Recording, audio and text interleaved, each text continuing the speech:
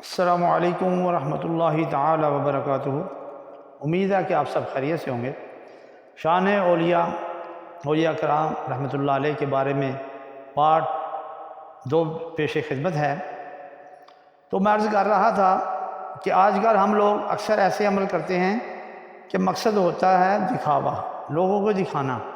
چنانچہ میں ایک بات عرض کرتا ہوں، بعض دفعہ ہم نماز صرف اس لیے پڑھتے ہیں کہ ہمارے ساتھ چند شخص ہوتے ہیں، ان کی وجہ سے پڑھنی پڑتی ہے کہ اگر نہ پڑھی تو یہ لوگ کیا کہیں گے، یہ بے نماز کہیں ہے، کہیں تو نہیں، اس لیے پڑھ لو۔ ان کی وجہ سے پڑھتے ہیں۔ اگر وہ نہ ہوں تو پھر واضح ہوا کہ ہم نے جو نماز پڑھی ہے وہ اللہ تعالیٰ کے لیے نہیں پڑھی بلکہ ان کو دکھانے کے لیے پڑھی۔ یہ منافقوں کی نشانی ہے۔ اللہ تعالیٰ فرماتا ہے منافق نماز پڑھتا ہے مگر لوگوں کو دکھانے کے واسطے۔ ہمیں چاہیے کہ ہم اللہ تعالیٰ عز و جل کے واسطے عمل کریں۔ اللہ والوں کی یہی نشانی ہوتی ہے۔ یہ اللہ والے ساری رات عبادت کرتے رہتے ہیں۔ یہاں میں ایک بات عرض کرتا ہوں، اللہ کی قسم انہی کی وجہ سے جہان قائم ہے۔ جو اللہ کے ولی ہے نا، صحیح ولی، جو اللہ اور اس کے رسول صلی اللہ علیہ وسلم کے نقش قدم میں چارے ہیں، اللہ کی قسم واقعی کہ میرا ایمان ہے کہ اللہ تعالیٰ انہی کی وجہ سے نظام چلا رہا ہے۔ ہمارے جیسے لوگوں کی بدعمالیاں اگر اب دیکھیں تو ابھی کچھ نہ کچھ قیامت برپا ہو۔ انہی کی وجہ سے ہم گناہ اور برائیاں کرنے والے بھی اللہ تعالیٰ کے عذاب سے بچ جاتے ہیں۔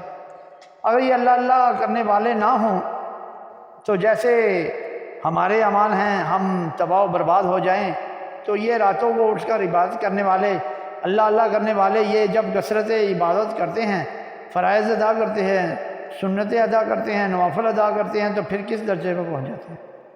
حدیث قدسی شریف پیش کر رہا ہوں۔ اللہ تعالیٰ فرماتا ہے یتقرب الی بالنوافل، میرا بندہ نفلوں کے ساتھ قرب حاصل رہتا ہے۔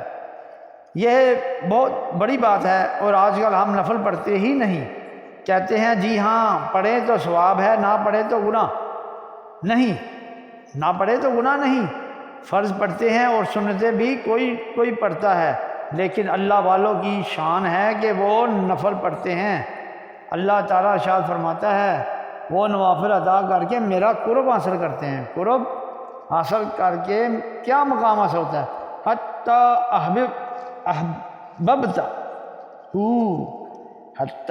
احببتہ، یہاں تک کہ پھر میں ان کو اپنا محبوب بنا لیتا ہوں۔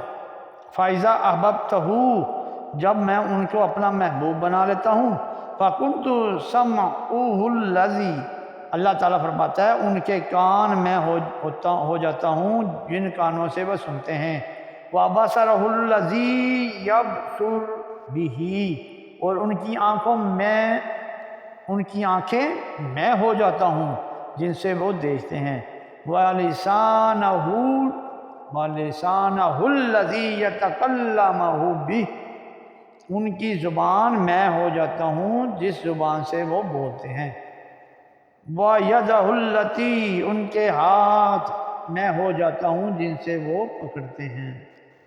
ان کے پاؤں میں ہو جاتا ہوں جن سے وہ چلتے ہیں۔ اگر وہ مجھ سے کچھ مانگے تو میں ضرور ان کو عطا کرتا ہوں۔ معلوم ہوا کہ یہ اللہ والے عبادت کر کے، فرما برداری و اتباع کر کے اس مقام پر پہنچ جاتے ہیں کہ اللہ کے پیارے بن جاتے ہیں، اولیاء اللہ بن جاتے ہیں، اللہ کے محبوبوں میں شامل ہو جاتے ہیں۔ پھر ان کی شان یہ ہو جاتی ہے، ان کا سننا اللہ کا سننا، ان کا دیکھنا اللہ کا دیکھنا، ان کا بولنا اللہ کا بولنا، ان کا پکڑنا اللہ کا پکڑنا، ان کا چلنا اللہ کا چلنا، عز و جل کا چلنا۔ اولیاء اللہ عز و جل خدا نہیں ہوتے، ان کی صفات کے مظہر ہوتے ہیں۔ اللہ اکبر۔ حضرت بلے شاہ قصوری رحمۃ اللہ علیہ نے کیا خوب فرمایا۔ عارفانہ شعر آپ کے ذوق کے لیے پڑھ دیتا ہوں۔ فرماتے ہیں جے میں اپنے باہر ڈھونڈا، اس لیے کہہ رہا ہوں کہ یہ نہ سمجھنا کہ خدا اللہ اندر ہو جاتے ہیں، اس لیے یہ میں کہہ رہا ہوں کہ یہ نہ سمجھنا کہ یہ اللہ ہو جاتے ہیں، یہ خدا نہیں ہوتے۔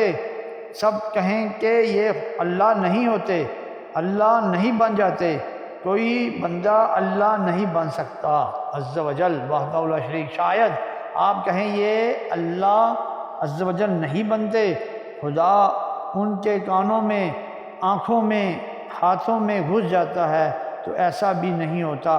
اللہ عز و جل کی ذات اس سے پاک اور بلند ہے، پھر کیا ہوتا ہے؟ ہوتا کیا ہے میں عرض کر چکا ہوں، اللہ تعالیٰ کی صفتوں کے مظہر بن جاتے ہیں۔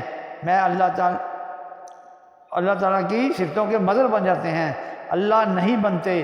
نہ بندہ اللہ بنتا ہے، نہ اللہ آدمی بن سکتا ہے، نہ بندے میں اللہ حلول کر سکتا ہے، یہ تینوں چیزیں نہیں ہوتی، یہ اللہ تعالیٰ کی صفات کے مظہر بن جاتے ہیں۔ یہاں ایک بات اور بھی قابل غور ہے، ہم لوگ یہ کہتے ہیں کہ ولی کا تصور اللہ کا تصرف، ولی کا علم اللہ کا علم ہے، ولی کا کمال اللہ کا کمال ہے۔ جو مظہر مانتے ہیں وہ پکے مواحد ہیں اور اہل توحید ہیں، اور جو کہتے ہیں کہ جی اللہ جی الگ ہیں، غیر ہیں، انہیں پتہ نہیں۔ غیر تو وہ ہوتا ہے جو اپنے غیر کے مقابلے میں مستقل وجود رکھتا ہو، اس کا علم بھی مستقل ہو غیر کے مقابلے میں، اس کا تصرف بھی مستقل ہو غیر کے مقابلے میں۔ ارے غیر سمجھنا شرک ہے، مظہر سمجھنا توحید ہے۔ یہ عجیب بات ہے کہ جو مظہر سمجھتے ہیں ان کو تم مشرک کہنے لگے اور خود غیر سمجھ کر شرک کرتے ہیں اور اپنے آپ کو معاہد کہتے ہیں۔ یاد رکھو، نبیوں کے کمالات اللہ کے کمالات ہیں، نبیوں کے تصرفات اللہ تعالیٰ کے تصرفات ہیں، کیونکہ نبیوں کے کمالات دلیل ہیں اللہ تعالیٰ کے کمالات کی۔ ہم تو ان کو مظہر مانتے ہیں، ان کے کمالات کو اللہ تعالیٰ کے کمالات سمجھتے ہیں۔ چنانچہ یہ میں اس کے متعلق چند آیات بھی آپ کے سامنے پیش کرتا ہوں۔ تو حضرت فرماتے ہیں کہ میں اپنے اندر باہر ڈھونڈا تے میرے اندر کون سمانا، جے میں اپنے اندر ڈھونڈا تے میں غیر مقید جانا۔ اگر میں باہر ڈھونڈوں تو میرے اندر کون؟ اگر میں تمہیں اپنے اندر ڈھونڈوں تو پھر میں تمہیں قید کر دیا، اور تو مدرک ہے، قید ہو نہیں سکتا، تجھے کیا ڈھونڈوں؟ سب کچھ تو ہیں تے سب کچھ تو ہیں۔ یہ کلمہ بڑا ثقل ہے، لیکن آئیے ان ثقالت کو دور کرتے ہیں۔ سب کچھ تو ہیں، سب وچ تو ہیں، میں سب تو بعد پچھانا، میں دی تو ہیں تو بھی، میں بھی تو ہیں تو بھی تو ہیں، اے بلا کون نہ مانا۔ یہ اللہ تعالیٰ نہیں بن سکتے، بلکہ اللہ سبحانہ و تعالیٰ کی اس بات کے مظہر بن جاتے ہیں۔ مولانا روم علیہ رحمہ نے مسئلہ شریف کے اندر اس حدیث کو اپنے انداز میں سمجھایا، اور دوسروں لوگوں نے اپنے اپنے انداز میں۔ مولانا فرماتے ہیں مسئلہ کے اندر، دیکھو بعض لوگوں پر جن کا اثر ہو جاتا ہے، جن کا اثر ہو جاتا ہے، قرآن پاک سے ثابت ہے کہ جن کا اثر ہونا اللہ تعالیٰ فرماتا ہے۔ جو لوگ سود کھاتے ہیں، اللہ تعالیٰ فرماتا ہے وہ لوگ میرے سامنے کھڑے نہیں ہو سکتے، وہ ایسے ہوں گے جس طرح جن نے انہیں اپنے حواس بنا دیا، اور آدمی کھڑا نہیں ہو سکتا، گر پڑتا ہے۔ اسی طرح سود کھانے والے قیامت کے دن اللہ کی بارگاہ میں کھڑے نہیں ہو سکیں گے، گر پڑیں گے۔ تو ہمیں سود نہیں کھانا چاہیے۔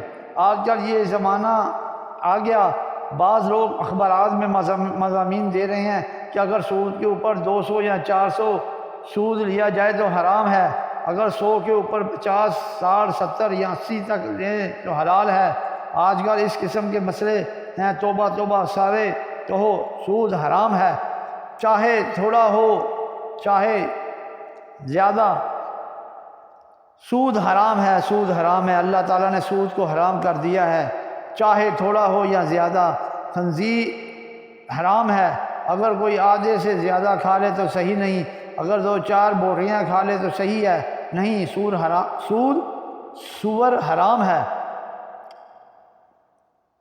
تھوڑا ہو یا زیادہ، سود بھی تھوڑا ہو یا زیادہ حرام ہے۔ ذرا غور کرو، جس طرح سود کھانے والا قیامت کے دن اللہ عز و جل کی بارگاہ میں کھڑا نہیں ہو سکے گا، اللہ تعالیٰ فرماتا ہے اسی طرح کھڑا نہیں ہو سکے گا جس طرح دنیا میں جو محمود الحواس نہیں کھڑا ہو سکتا، جس کو جن نے چھو کر محمود الحواس بنا دیا، تو معلوم ہوا جن کو چھو کر انسان کو محمود الحواس بنا دیتا ہے، یہ قرآن سے ثابت ہے۔ مولانا روم فرماتے ہیں انسان پر جب جن کا اثر ہوتا ہے تو اس پر دورہ پڑتا ہے، جب دورہ پڑتا ہے نہ تو وہ بندہ بولتا ہے، نہ لوگ کہتے ہیں جن بول رہا ہے، بولتا ہے بندہ، آواز بندے کی ہوتی ہے، لہجہ بندے کا ہوتا ہے، زبان بندے کی ہوتی ہے، اور بولتا کون ہے؟ جن۔ آنکھ بندے کی ہوتی ہے، دیکھتا جن ہے، کان بندے کے ہوتے ہیں، سنتا جن ہے، ہاتھ بندے کے ہوتے ہیں، قوت جن کی ہوتی ہے۔ مولانا روم رحمۃ اللہ علیہ فرماتے ہیں کہ جن اللہ کی مخلوق ہے، اور جب مخلوق کا یہ حال ہے تو خالق کائنات کے ہاتھ کا کیا حال ہوگا۔ دیکھیے نہ جن اللہ عز و جل کی مخلوق، جب مخلوق نے اثر کیا تو بندے کے اوصاف کو مجروح کر کے اپنے اوصاف کو غالب کر دیا، تو جب مخلوق کے ہاتھوں کا یہ حال ہے تو خالق کے ہاتھوں کا کیا حال ہوگا؟ ارے جن پر خالق کا اثر ہو جاتا ہے تو پھر خالق ان کے بدنی اوصاف کو مجروح کر کے اپنے اوصاف کو غالب کر دیتا ہے۔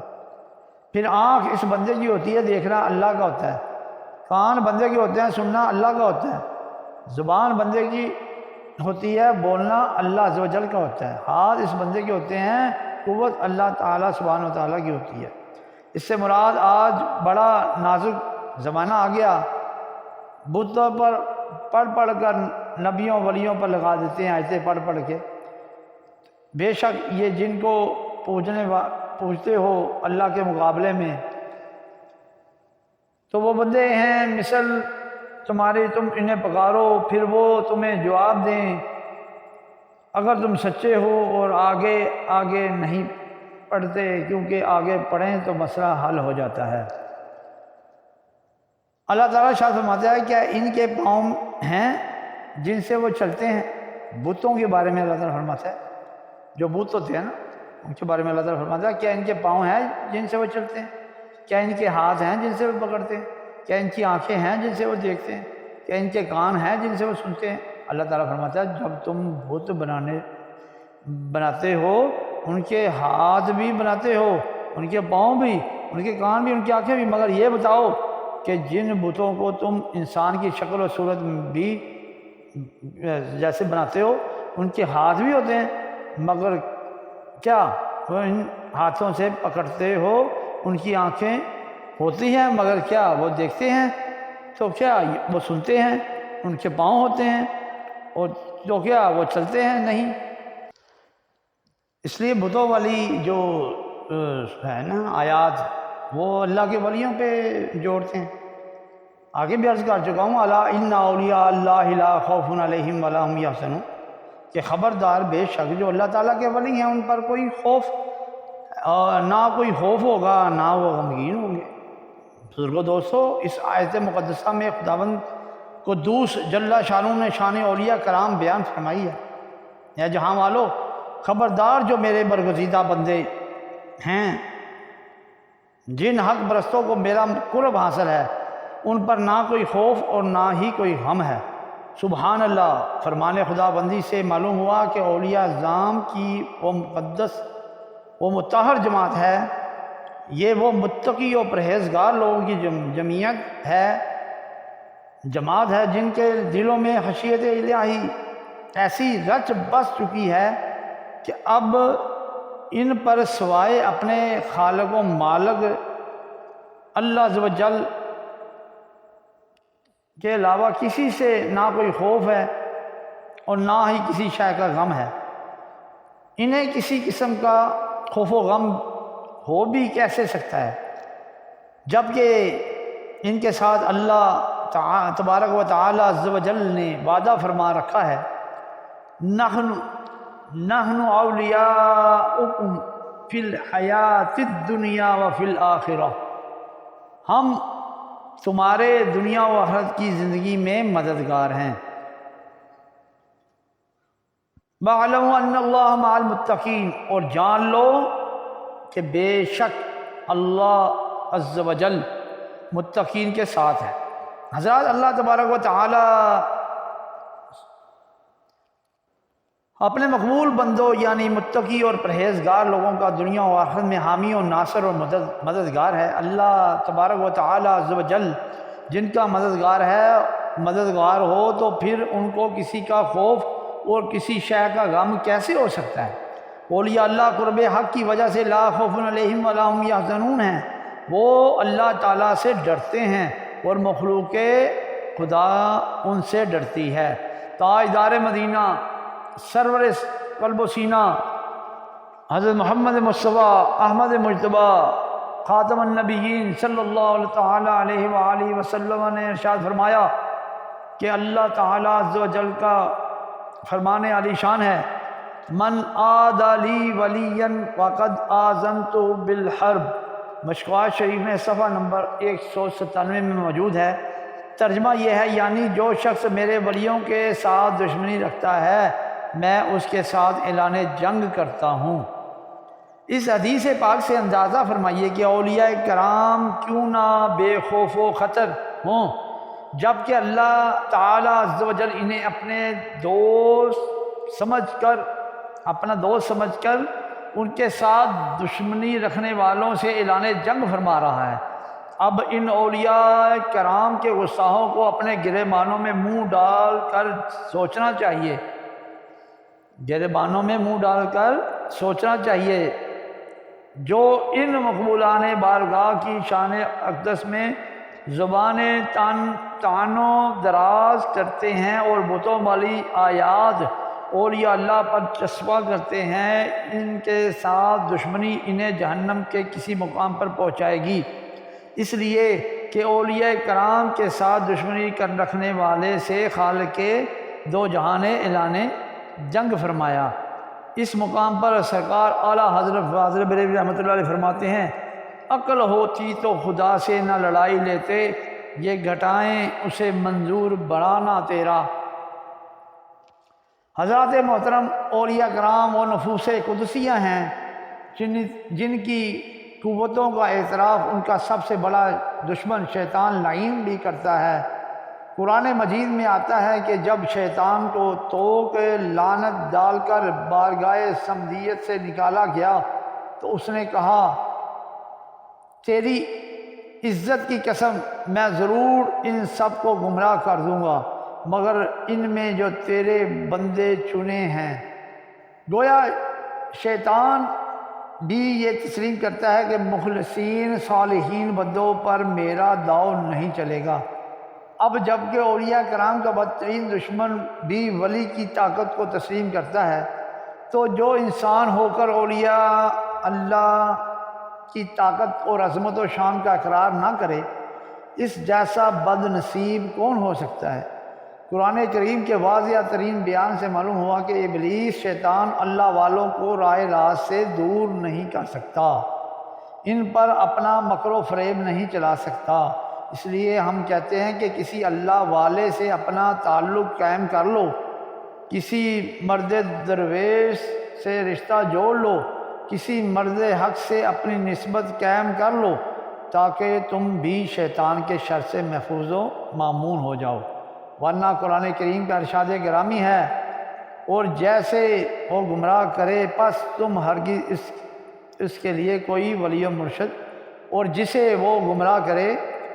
جسے وہ گمراہ کرے پس تم ہرگز اس کے لیے کوئی ولی مرشد نہ پاؤ گے۔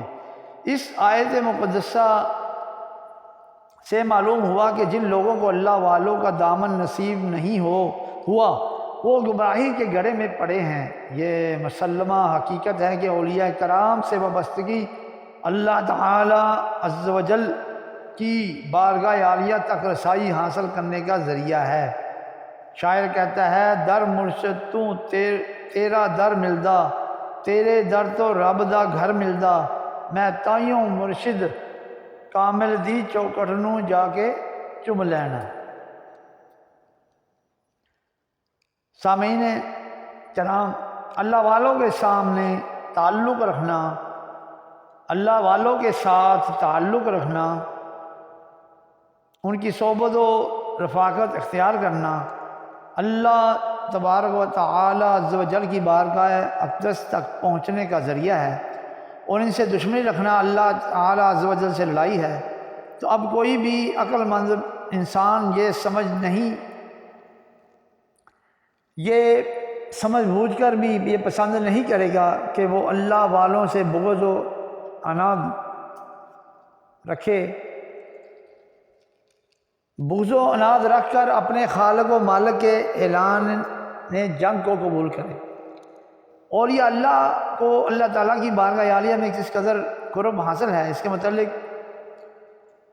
حضرت محمد مصطفیٰ صلی اللہ علیہ وسلم خاتم النبیین آقا نے فرمایا، سنیے، آپ فرماتے ہیں کہ اللہ تعالیٰ عز و جل نے فرمایا کہ جب کوئی شخص کثرت نوافل سے میرا قرب حاصل کرتا ہے تو پھر میں اس کے، جیسے میں پہلے بھی عرض کر چاہتا ہوں، کان بن جاتا ہوں، وہ ان کانوں سے سنتا ہے، میں ان کی آنکھیں بن جاتا ہوں، وہ آنکھوں سے دیکھتا ہے۔ یہ مشکوٰۃ شریف بخاری شریف میں ہے، یہ دونوں یہ حدیث شریف، ان کی آنکھیں بن جاتا ہوں، ان کی آنکھوں سے وہ ان آنکھوں سے دیکھتا ہے، میں اس کے ہاتھ بن جاتا ہوں، وہ ان سے پکڑتا ہے، میں اس کے پاؤں بن جاتا ہوں، وہ اسے چلتا ہے۔ جب کوئی مقرب خدا یعنی اللہ تعالیٰ سے کس چیز کا سوال کرتا ہے تو اللہ تعالیٰ اس کو وہ چیز عطا فرما دیتا ہے۔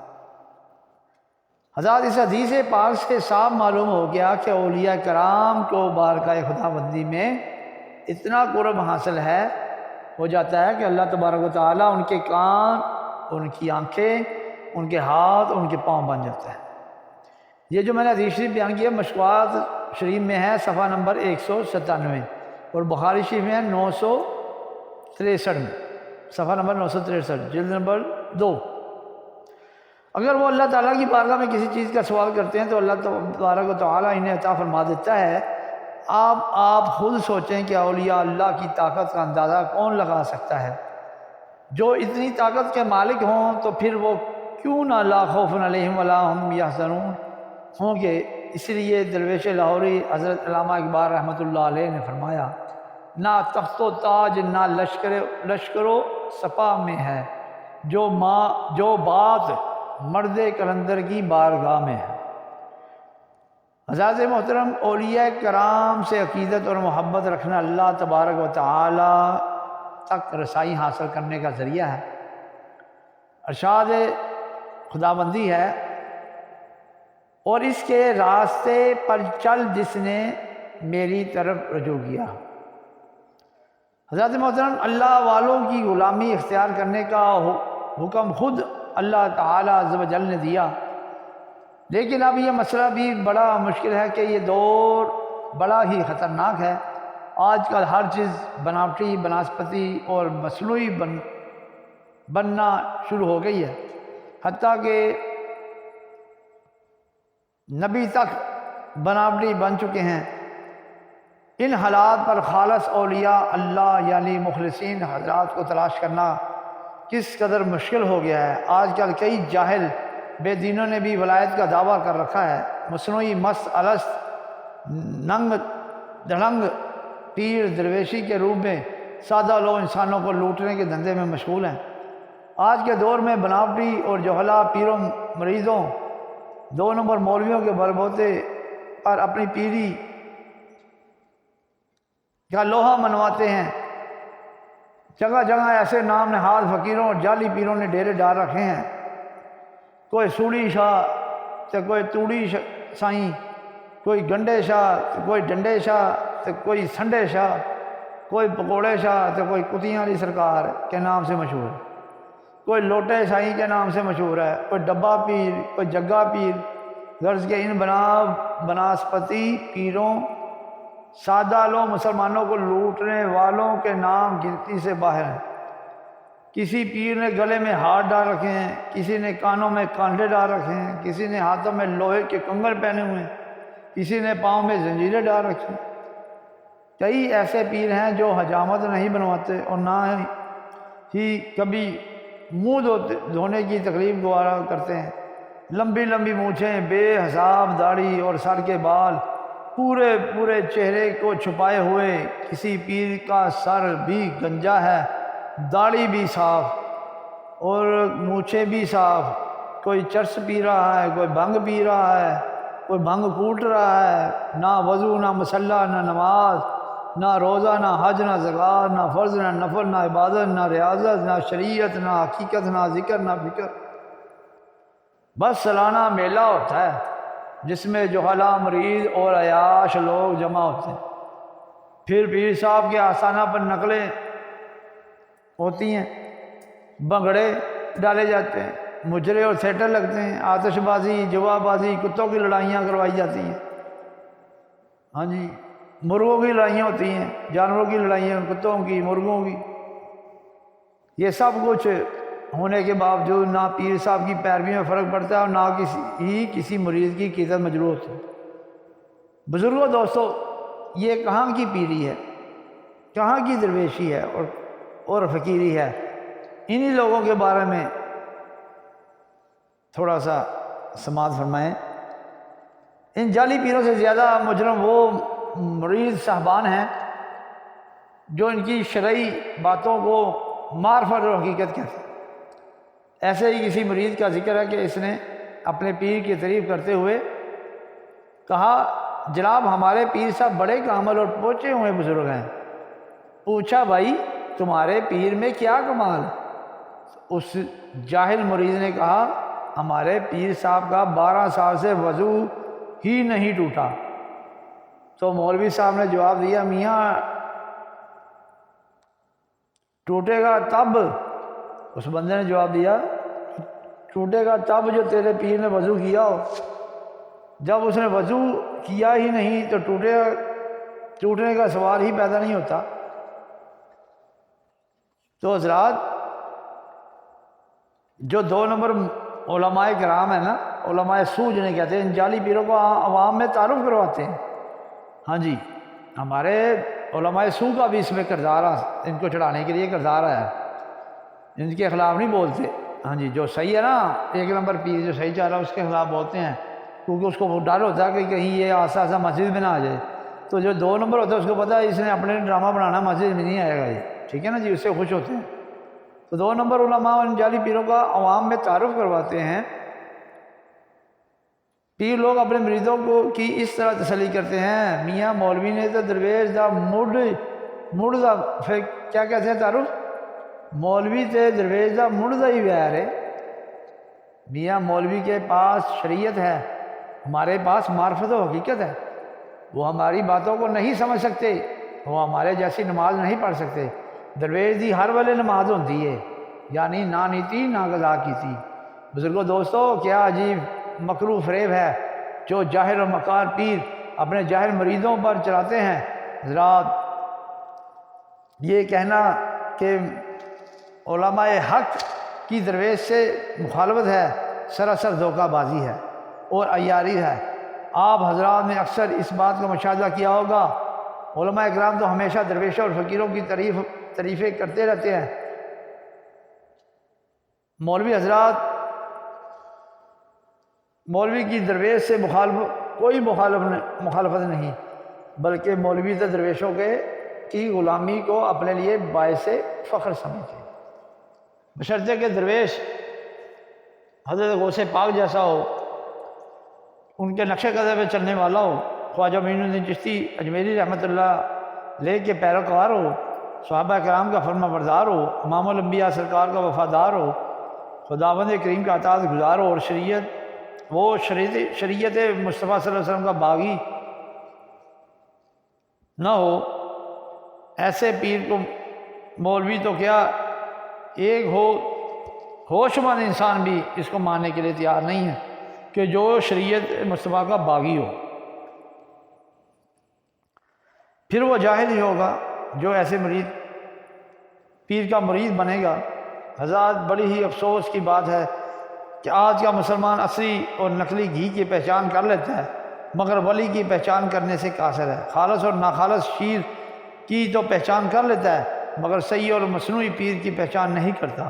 بے وفا اور وفادار دوست کی تو شناخت کر لیتا ہے، مگر بے دین اور دیندار مرشد کے معاملے میں امتیاز نہیں کرتا۔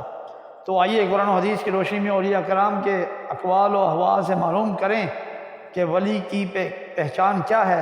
ارشاد خداوندی ہے، جو لوگ ایمان لائے اور پرہیزگاری کی، اولیاء تو پرہیزگار ہی ہیں، اور امان کے وہ بندے جو کہ زمین پر آستہ چلتے ہیں۔ وعباد الرحمن الذین یمشون علی الارض ہونا۔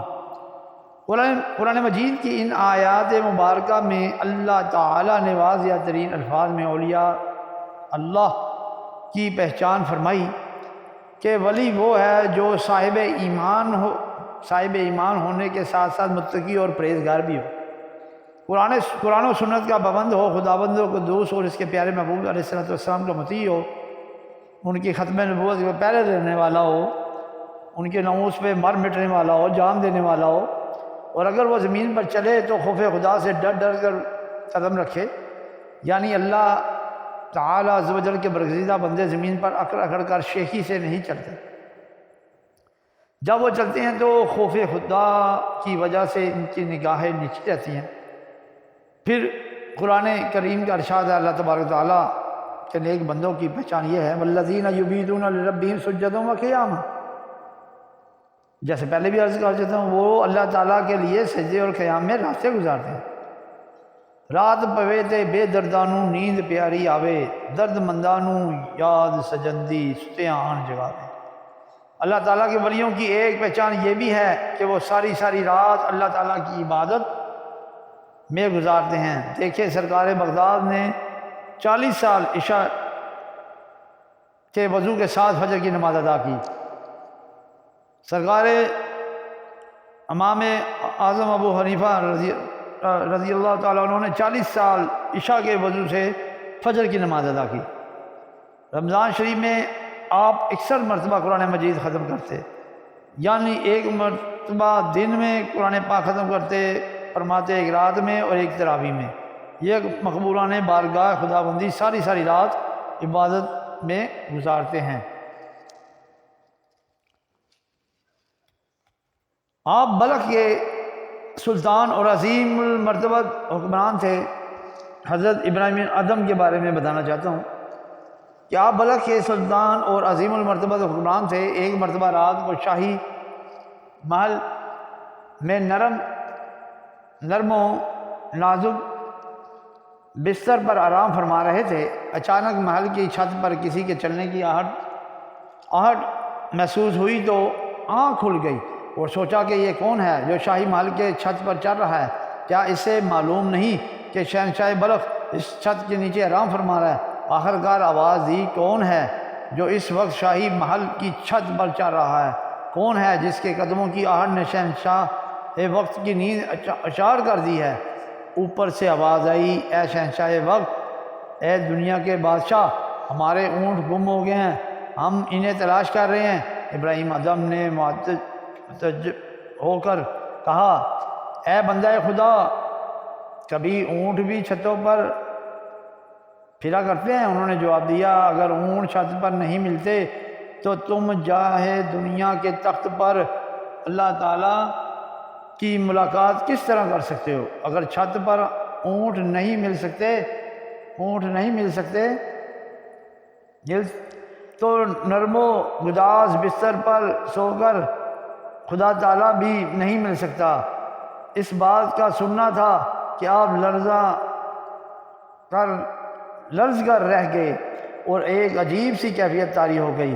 دوسرے دن جب شاہی دربار لگا ہوا تھا کہ ایک بہت ہی ذی حشم شخص دربار میں آ پہنچا اور حاضرین پر ایسا رعب طاری ہوا کہ کسی کو کچھ پوچھنے کی ہمت نہ ہوئی، اور وہ شخص تیزی کے ساتھ تخت و شاہی کے نزدیک پہنچ کر چاروں طرف کچھ دیکھنے لگا۔ جب ابراہیم ادم نے پوچھا تم کون ہو، کس کی تلاش میں ادھر آئے ہو، تو اس مرد خدا نے جواب دیا اس سرائے میں قیام کرنے کے ارادے سے آیا ہوں۔ شہنشاہ نے کہا اے مرد خدا، یہ سرائے نہیں بلکہ شاہی دربان ہے۔ اس نے جواب سوال کیا آپ سے پہلے یہاں کون آباد تھا؟ بادشاہ نے کہا میرے آباء و اجداد۔ عرض کے اسی طرح کئی پشتوں تک پوچھنے کے بعد فرمایا اب آپ کے بعد یہاں کون رہے گا؟ کہا میری اولادیں۔ اس شخص نے کہا ذرا تصور کیجئے کہ جس جگہ اتنے لوگ آ کر چلے گئے کسی کو یہاں ہمیشہ رہنا نصیب نہ ہو سکا، وہ سرائے نہیں تو اور کیا ہے؟ یہ کہہ کر وہ شخص اچانک غائب ہو گیا۔ ابراہیم بن ادم چونکہ رات ہی کے واقعہ سے بہت مضطرب تھے، اس لیے واقعہ نے اور بھی بے چین کر دیا، اس واقعے نے اور بے چین کر دیا۔ دل میں عشق الہی کا دریا پوری قوت سے موزن ہو گیا۔ آپ اس مرد حق کی تلاش کے لیے شاہی دربار سے باہر نکل پڑے۔ ایک جگہ پر ملاقات ہوئی تو ان سے نام دریافت کیا تو انہوں نے کہا کہ میرا نام خضر علیہ السلام ہے۔ پھر غیب سے ندا آئی اے ابراہیم موت سے قبل بیدار ہو جا۔ اس صدائے حق نے آپ کو اور گرما دیا اور آپ نے تخت و تاج چھوڑ کر عبادت الہی میں مصروف ہو گئے۔ تذکرۃ الاولیاء میں اس کا ذکر ہے۔ اٹھ فریدا ستیا جھاڑو دے مسیت، تو ستا رب جاگدا تیری ڈاڈے نال پرید۔ اٹھ فریدا ستیا میلہ ویکھن جا، مت کوئی مل جائے بخشیا تو تو بھی بخشیا جا۔ میں عرض کر رہا تھا کہ اللہ کے بندوں کی نشانی یہ ہوتی ہے کہ وہ ساری رات اللہ تعالیٰ کی عبادت میں گزارتے ہیں۔ سرکار مدینہ صلی اللہ علیہ وسلم خاتم النبیین فرماتے ہیں ایک دفعہ صحابہ کرام کو مخاطب کر کے ارشاد فرمایا کیا میں تمہیں نیک بندوں کی خبر دوں؟ صحابہ نے عرض کی یا رسول اللہ صلی اللہ علیہ وسلم فرمائیے۔ حضور نے فرمایا بہترین وہ لوگ ہیں جو جب تم ان کو دیکھو تو تمہیں اللہ کریم یاد آ جائے۔ اللہ کا ولی وہ ہے جس کی زیارت سے غافل ذکر اللہ میں شامل ہو جائے، یعنی وہ ذکر اللہ کرنا شروع کر دے، جس کی نگاہ ولایت سے مردہ دل کو زندگی مل جائے۔ کسی کہنے والے نے کیا خوب کہا، نگاہ ولی میں وہ تاثیر دیکھی، بدلتی ہزاروں کی تقدیر دیکھی۔ حضرت بایزید بسطامی علیہ رحمہ کے شہر میں ایک فاحشہ عورت آ گئی اور بدکاری کا سلسلہ شروع کر دیا، جس کے نتیجے میں شہر کی فضا خراب ہونا شروع ہو گئی۔ آخر کر چند لوگوں نے بایزید بسطامی علیہ رحمہ کی خدمت میں حاضر ہو کر عرض کی کہ آپ کے ہوتے ہوئے شہر میں بدکاری ہو تو یہ بہت بری بات ہے۔ آپ نے فرمایا کوئی فکر کی بات نہیں، اس کا معقول انتظام ہو جائے گا۔ آپ نے شام کے وقت اپنا لوٹا مسلح لیا اور اس بادشاہ کے مکان کے باہر بیٹھ کر یاد الہی میں مصروف ہو گئے۔ اب جو شخص اس بادشاہ کے مکان کے پر بدکاری کی نیت سے آتا تو اس مرد درویش کو بیٹھا دیکھ کر واپس چلا جاتا۔ جب رات کا کچھ حصہ گزرا تو بادشاہ کو خیال آیا کہ آج کوئی آشنا نہیں آیا، آخر کیا وجہ ہے اور لوگوں کی آمد و رفت بند ہے۔ اپنے نوکر کو باہر دیکھنے کے لیے بھیجا۔ اس نے دیکھا کہ باہر دروازے پر حضرت بایزید بسطامی رحمۃ اللہ علیہ تشریف فرما ہے۔ لوگ آتے ہیں، اس مرد قلندر کو دیکھ کے واپس ہو جاتے ہیں۔ نوکر نے یہ سارا قصہ بادشاہ کو سنایا۔ بادشاہ نے کہا اے بندہ خدا، اسے جا کر کہہ دو کہ اگر اللہ کرنے کا شوق ہے تو کسی مسجد کے دروازے پر جا کر بیٹھو، یہ تو ایک بادشاہ کا دروازہ ہے، فقیروں اور درویشوں کا ایک دروازے سے کیا تعلق؟ نوکر نے یہ ساری باتیں بایزید بسطامی رحمۃ اللہ علیہ کو کہہ دی تو آپ نے اس سے فرمایا میں تو اس عورت سے ملنے آیا ہوں نوکر نہیں۔ کہا یہ تو بہت بڑی عورت ہے جو 200 درہم سے کم کسی سے بات نہیں کرتی۔ آپ نے فرمایا مجھے منظور ہے۔ آپ اندر تشریف لے گئے۔ 200 درہم ادا کرنے کے بعد عائشہ سے فرمایا آج تم ہماری ہو، میں جو بات کہوں گا وہ تمہیں ماننا پڑے گی۔ عائشہ نے جواب دیا بالکل درست۔ حضرت نے فرمایا پہلے غسل کرو، پھر پاکیزہ لباس پہنو، پھر وضو کرو اور ایک مسلح لیتی آؤ۔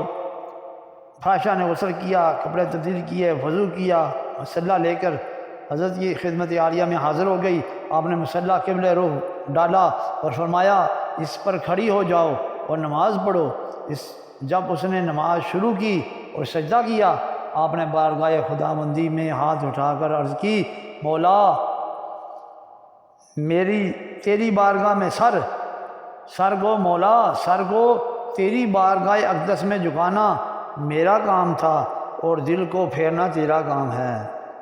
ولی کامل کی نکاح کے صدقے زمانہ کی فاشا عورت ولی کاملہ عابدہ و زاہدہ بن گئی۔ تو پھر وہی بات ہے، نکاح ولی میں متاثر دیکھی، بدلتی ہزاروں کی تقدیر دیکھی۔ حضرت دادا گنج بخش رجویری رحمۃ اللہ علیہ کہ جن کے مزار پر انوار پر حضرت خواجگان حضرت معین الدین چشتی اجمیری رحمۃ اللہ علیہ نے چلا کیا، فیض باطنی حاصل کرنے کے بعد یہ شعر آپ کی شان میں فرمایا جو آج بھی کندہ ہے گنج بخش فیض عالم مظہر نور خدا نا کی سارا پیر کامل آرا رہنما۔ حضرت داتا گنج بخش رحمۃ اللہ علیہ اپنی جھونپڑی میں بیٹھے ہوئے تھے کہ ہندوؤں کی بارات قریب سے گزری، جھونپڑی کے قریب آئے تو وہ راستہ بھول گئے۔ انہوں نے دیکھا کہ ایک فقیر بیٹھا ہے، وہ ہندو داتا علیہ رحمہ کے پاس آئے اور کہا اے فقیر ہم راستہ بھول گئے ہیں، ہمیں راستہ بتا دو۔ حضرت نے فرمایا راستہ بتا دوں کہ دکھا دوں؟ انہوں نے کہا دکھا دو۔ داتا صاحب رحمہ نے توجہ فرمائی تو ان کو روضہ مبارک روضہ مصطفیٰ صلی اللہ علیہ وسلم نظر آیا۔ وہ تمام ہندو مسلمان ہو گئے کہ داتا حضور نے ماشاءاللہ ان سب کو مدینہ شریف کی روضہ رسول صلی اللہ علیہ وسلم کی زیارت کرا دی، ان سب وہ جو تھے ہندو مسلمان ہو گئے۔ ایک دن عصر کی نماز کے بعد آپ ایک اللہ کے ولی بستی سے باہر سے گزرے، دیکھا کہ 2 آدمی جا رہے تھے۔ آپ نے پوچھا کہاں جا رہے ہو؟ انہوں نے عرض کی کہ ہم مدینے جا رہے ہیں۔ آپ نے فرمایا مدینے ادھر تو نہیں؟ انہوں نے کہا ہم اس مدینے جا رہے ہیں جو گجرات کے قریب ہے۔ آپ نے فرمایا تم لوگ اس مدینے کیوں نہیں جاتے جو جنت سے افضل ہے؟ انہوں نے عرض کی آقا ہم غریب ہیں، وہاں کیسے جائیں؟ آپ کے چہرے اقدس پر جلال فخر رقص کرنے لگا اور فرمایا وہ دیکھو سامنے کیا ہے؟ انہوں نے سامنے نگاہ اٹھائی تو روضہ رسول صلی اللہ علیہ وسلم سامنے تھا۔ بغداد شریف میں ایک پاک دامن اور پارسا اللہ کی ولیہ عورت تھی۔ اسی زمانہ میں ایک کفن چور بھی رہتا تھا۔ جب وہ پارسا عورت اس دنیا سے رخصت ہوئی تو اس کا جنازہ اس کفن چور نے بھی پڑھا تاکہ اس کے کفن اور قبر کو دیکھ سکے۔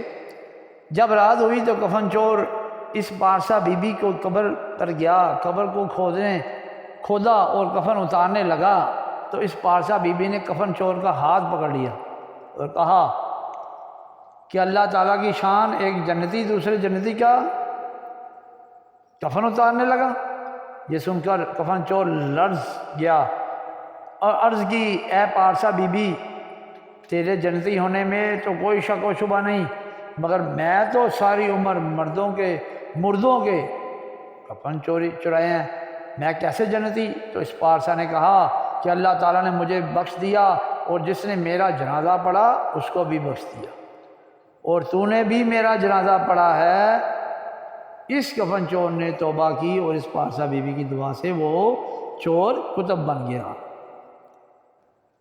ایک اور بزرگوں کا واقعہ ہے کہ آپ ذات کے دھوبی تھے، دریائے راوی کے کنارے کپڑے دھویا کرتے تھے۔ لیکن کسی کو پتہ کہ دریائے راوی پر کپڑے دھونے والا دھوبی جس طرح لوگوں کے کپڑوں کی ظاہری میل کچیل صاف کرتا ہے، اسی طرح اپنی نگاہ فیض اور نظر وحدیت اور توجہ روحانی سے لوگوں کے دلوں کی میل بھی صاف کر کے نور معرفت سے منور کر دیتا ہے اور راہ ہدایت کا درس دیتا ہے۔ ایک مرتبہ آپ کپڑے دھو رہے تھے کہ ہندوؤں کی بارات آئی، بارات وہاں سے گزری، دریا پر اس وقت پل نہیں تھا۔ ہندوؤں نے کہا اے دھوبی، تجھے اتنا عرصہ ہو گیا یہاں کپڑے دھوتے ہوئے، مگر تو ابھی تک دریا پر کوئی پل بھی نہیں بنا سکا۔ آپ نے فرمایا تم نے پار جانا ہے؟ انہوں نے کہا ہاں۔ تو آپ نے کپڑے کا ایک تھان لے لیا اور دریا کے پانی پر بچھا دیا اور فرمایا دو پل بن گیا، گزر جاؤ۔ وہ ڈرنے لگے کہ ڈوب جائیں گے اور کہنے لگے تو ہم سے مذاق کرتا ہے؟ فرمایا نہیں۔ انہوں نے کہا تو پھر پہلے تو اس پل پر سے گزر کر دیکھا۔ خواجہ صاحب رحمۃ اللہ فرماتے ہیں اپنے بیل کو فرمایا یہ تو کافر ہیں، ان کا یقین کچا ہے، تو ایک مسلمان کا بیل ہے، تیرا یقین پکا ہے، میری طرف سے تو ہی ان کو اس کپڑے کے پل پر سے گزر کر کے دکھا۔ چنانچہ وہ بیل صحیح سلامت کپڑے کے پل سے گزر گیا۔ پھر وہ ہندو بھی گزر گئے، آپ کی خدمت میں حاضر ہو کر مسلمان ہو گئے۔ یہ ہے اللہ کے ولی۔ ایک دفعہ ایک اور اللہ کے ولی کا واقعہ ہے۔ ایک دفعہ ایک غیر مسلم سنیاسی آپ کی خدمت میں حاضر ہوا۔ اس نے آپ کے فقیرانہ لباس سے اندازہ لگایا کہ حضرت مالی لحاظ سے کمزور ہیں۔ سنیاسی جو کہ جسمانی معالج تھا، روحانی معالج کی حقیقت کو نہ سمجھ سکا، اس نے بطور ہمدردی و عقیدت ایک بوٹی حضرت کی خدمت میں پیش کی اور عرض کی حضور اس بوٹی کو تانبے کے ساتھ لگائیں، پھر اس کو گرم کریں تو سونا بن جائے گی۔ اس نے فرمایا اس بوٹی کو اس تاغ میں رکھ دو۔ چنانچہ اس نے حسب حکم بوٹی وہاں رکھی اور چل دیا۔ تقریباً 1 سال کے بعد وہ دوبارہ حاضر خدمت ہوا تو دیکھتا ہے کہ آپ کی حالت وہی فقیرانہ ہے۔ دل ہی دل میں سوچنے لگا جو نسخہ میں نے دیا تھا اگر آپ چاہتے تو سونے کے محلات بنا سکتے تھے، مگر ان کی حالت میں ذرہ برابر فرق نہیں آیا۔ ہو سکتا ہے کہ آپ سونا تو بناتے ہوں مگر خرچ نہ کرتے ہوں۔ ابھی وہ کچھ کہنے کا ارادہ ہی کر رہا تھا کہ آپ وہاں سے اٹھے اور استنجا کے لیے باہر تشریف لے گئے۔ جب آپ واپس آئے تو وہ سنیاسی راستے میں کھڑا تھا۔ آپ نے مٹی کا ڈھیلا زمین پر مارا اور فرمایا اے سنیاسی ذرا زمین کی طرف نگاہ کر۔ اس نے دیکھا تو ساری زمین سونا ہی نظر آ رہا، سونا نظر آئی اسے۔ پھر فرمایا کہ تم سوچ رہے ہو کہ فقیر بخیل ہے، سونا بناتا ہے اور خرچ نہیں کرتا۔ ہمیں تمہاری بوٹی کی کوئی ضرورت نہیں، جس طاق میں تم نے اسے رکھا تھا وہاں اسے اٹھا لو۔ فقیر کی نظر کیمیا گر ہوتی ہے، اگر ہمیں مال دنیا کی ضرورت ہوتی تو تمہاری بوٹی کے بغیر بھی حاصل کر سکتے تھے، مگر جنہیں یار کے در کی گدائی میسر آ جائے وہ دنیا کی شہنشاہی طلب نہیں کرتے۔ پھر سید کی نگاہ اٹھی اور سنیاسی پر پڑی تو اس کے دل کی دنیا بدل گئی، جسم پر لرزہ طاری ہو گیا اور قدموں میں گرا اور پھر کلمہ شریف پڑھا اور مسلمان ہو گیا۔ تو اس لیے ہمیں جو اللہ کے ولیوں جو ہیں نا اللہ کے ولی جو صحیح ہیں ان کی پیروی کرنی چاہیے، جو اللہ اور اس کے رسول صلی اللہ علیہ وسلم کی پیروی کریں۔ کہتے ہیں نا جڑے حداں شریعت دیاں توڑ دین ایہو جہاں ملنگاں دی لوڑ کوئی نہیں، ٹھیک ہے نا جی۔ تو ہم لوگ کیا کرتے ہیں، ہم پیر کے بات مانتے ہیں، پیروں کے پیچھے پڑے رہتے ہیں، پیروں کی غلامی کرتے ہیں، پیروں کے جوتیاں اٹھاتے ہیں، ماں باپ کو پوچھتے نہیں ہیں، اللہ کو نماز پڑھتے نہیں ہیں، قرآن پڑھتے نہیں ہیں۔ تو اس لیے کہ ہم پیر نے کبھی نہیں ہمیں بتاتا، وہ 2 نمبر پیر ہوتا ہے نا، جو 2 نمبر پیر ہمیں نہیں بتاتا، وہ صرف آتا ہے آؤ جی ہمارے پاس آؤ، ہمارے پاس چکر لگاؤ، ٹھیک ہے نا۔ تو جو کہتا ہے نا اللہ نماز پڑھو قرآن پڑھو، تو ہم اسے پیر مانتے نہیں ہیں۔ تو اس لیے میرے دوستو، اللہ تعالیٰ ہم سب کو ہدایت نصیب فرمائے کہ ہم ہر کوئی اللہ کا ولی نہیں ہوتا، بے شک ہم بھی کہتے ہیں اللہ کا ولی وہی ہیں جن کو دیکھ کے اللہ اور اس کا رسول یاد آئے۔ اللہ تعالیٰ ہمیں سچے ولیوں سے محبت عطا فرمائے، علماء حق سے محبت عطا فرمائے، علماء سو سے نجات عطا فرمائے، 2 نمبر پیروں سے نجات عطا فرمائے، 2 نمبر یا اللہ دین کے دشمنوں سے نجات عطا فرمائے، ہمیں دور رہنے کی توفیق عطا فرمائے، دین کے غداروں سے دور رہنے کی توفیق عطا فرمائے، اسلام کے غداروں سے محفوظ فرمائے۔ یا اللہ جو 295 سی میں رد و بدل کرنے کے چکروں میں ہیں، یا اللہ ان کو بھی، ان سے بھی ہمیں بچائے، اور جو یا اللہ یہ جو نئے جو نبیوں کا سلسلہ جو کتب نوز جیسے حضور خاتم النبیین ہیں، جو اس میں جو حضور کی شان میں گستاخی کرتے ہیں، یا اللہ ان کو بھی اللہ تعالیٰ کیفر کردار تک میرا مالک پہنچائے، اور ہمیں اللہ اس کے رسول سے پکی سچی، ان کی آل سے، صحابہ سے، اہل بیت سے، اور اللہ کے ولیوں سے ہمیں یا اللہ ہماری نسلوں کو ان کا ادب و احترام، ان کے نقش قدم پہ چلنے کی توفیق عطا فرمائے۔